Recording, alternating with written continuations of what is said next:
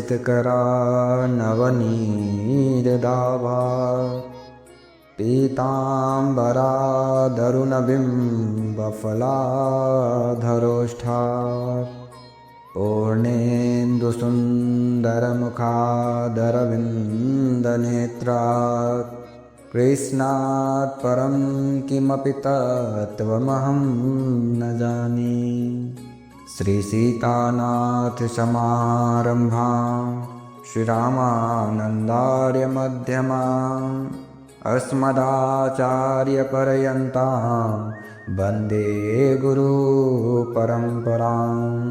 बोल भक्त वत्सल भगवान की जय, कृष्ण कन्हैया लाल की जय, बाके बिहारी लाल की जय, वृंदावन पावन धाम की जय।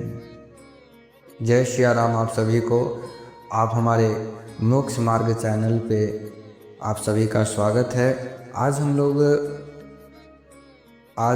एक बहुत ही महत्वपूर्ण विषय पे बात करने के लिए हम लोग आज यहाँ पर आए हैं कि आज जो है बहुत सारे लोगों के मन में होता है कि हमें अध्ययन करने में मन नहीं लगता है। तो क्या यह ग्रहों का खेल है या सच में उन्हें मन नहीं लग रहा है? तो विचार करने ये चाहिए कि अगर कोई व्यक्ति या कोई बच्चों को अगर अध्ययन करने में मन नहीं लग रहा है तो सबसे पहले तो आप उनका कुंडली का जो है विश्लेषण कोई अच्छे ज्योतिषाचार्य से करवाएं। उसके उपरांत अगर कोई ज्योतिषाचार्य जी, कोई एस्ट्रोलॉजर है जो है, अगर आपको कोई उपाय बताते हैं तो उसका ज़रूर से ज़रूर उपाय करना चाहिए। क्यों? क्योंकि अगर आप जब नहीं जान रहे हैं तब आपको उसके लिए क्षमा है। कहा जाता है अनजान सुनजान महाकल्याण।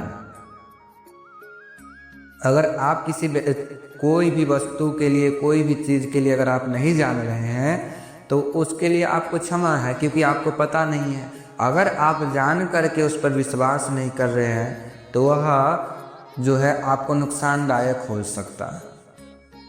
तो आज हम उसी के बारे में बात करेंगे, कौन सा ग्रह खराब होता है जिसके वजह से जो है बच्चों को पढ़ने में मन नहीं लगता है। तो गुरु ग्रह जो है, अगर इंसान के कुंडली में 6, 8, 12 में, मतलब हाउसेस जो है 6, 8, 12 जो है, और उसमें जाकर के अगर विराजमान हो जाए तो आपका जो है, आपका कुंडली हो या आपके बच्चों का कुंडली हो या माता पिता किसी का भी हो, तो वो जो है आपकी कुंडली में गलत हाउसेस में विराजमान होने के कारण जो अपना फल जो है नहीं दे पाता है। या अगर अंश से बलहीन है तब जो है वो आपको जो है फल नहीं प्राप्त करा सकता है। या अगर जो है जैसे गुरु को अगर कोई शनि देख रहा हो, राहु देख रहा हो या केतु देख रहा हो, तब अगर उसकी दृष्टि अगर पड़ रही है तभी आपका जो है गुरु ग्रह जो है आपको फल प्राप्त नहीं करा सकता। तो ग्रहों को ठीक करने के लिए क्या उपाय है?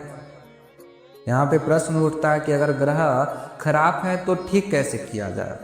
तो इसीलिए आप सभी जो कुंडली विश्लेषण करवाते होंगे वो तो पंडित जी कहते हैं कि इस ग्रह का जाप कर ले, इस ग्रह का जो है ये जो है अगर गुरु खराब है तो ऐसे करे और इतना लाख जाप होना चाहिए। अगर व्यक्ति सक्षम ना हो, ये उन लोगों के लिए है, अगर वो सक्षम ना हो तो थोड़े थोड़े टोटका कर करके जो है वो अपना ग्रहों को ठीक कर सकते हैं। अगर सामर्थ्य है तो आप अनुष्ठान का जो है जरूर उसका जो है अनुष्ठान ब्राह्मणों के द्वारा करवाना चाहिए।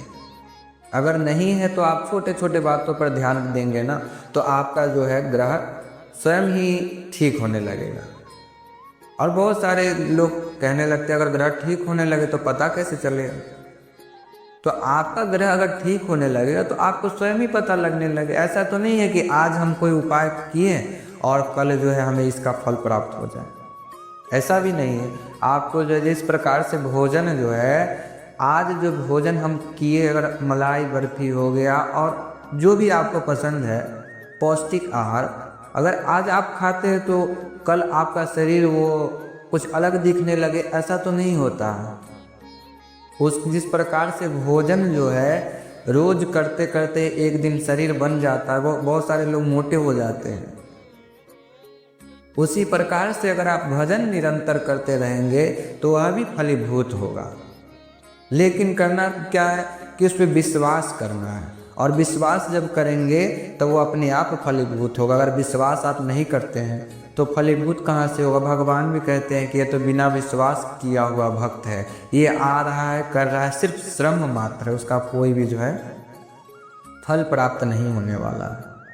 तो गुरु ग्रह अगर आपके बच्चों का खराब है, अगर उसको पढ़ने में मन ना लग रहा हो, तो सबसे पहले तो आप उनको जो है गुरुवार के दिन केले के वृक्ष में चना का दाल और गुड़, जिसको मिठा कहा जाता है, एक जो है लोटे में डाल करके जल में डालें और उसके बाद उस जल को केले के वृक्ष में डलवाएं, जिससे कि होगा रोज हर गुरुवार के दिन ऐसा करने से सुबह में 8 बजे से पूर्व ही आप यह नियम करें, जिससे कि गुरु भगवान प्रसन्न होंगे और आपके बच्चों को बुद्धि प्रदान करेंगे। और दूसरा क्या है कि गुरुवार के दिन ज़्यादा से जैसा स्नान आप अपने बच्चों को करवा रही हैं, तो बाल्टी में थोड़ा सा जो है थोड़ा सा हल्दी डाल करके अपने बच्चों को स्नान करने के लिए कहें या करवाएं, तो उससे भी ग्रहों का जो है, क्योंकि गुरु ग्रह का जो रंग है पीला है, और पीला चीज़ से स्नान करे, पीला भोजन पदार्थ जो है पान करे, और उसके बाद जो है उसके बाद अपने बच्चों को पीला वस्त्र उस दिन जरूर से जरूर पहना है। इसके बाद जरूर आपके बच्चों का जो है ग्रह सही होने लगेगा और भगवान बृहस्पति की कृपा आपके बच्चों पर सदैव बनी रहेगी। छोटी छोटी बातों पर अगर आप ध्यान देते हैं तो आपके बच्चों का जो है भविष्य उजागर होने लगेगा।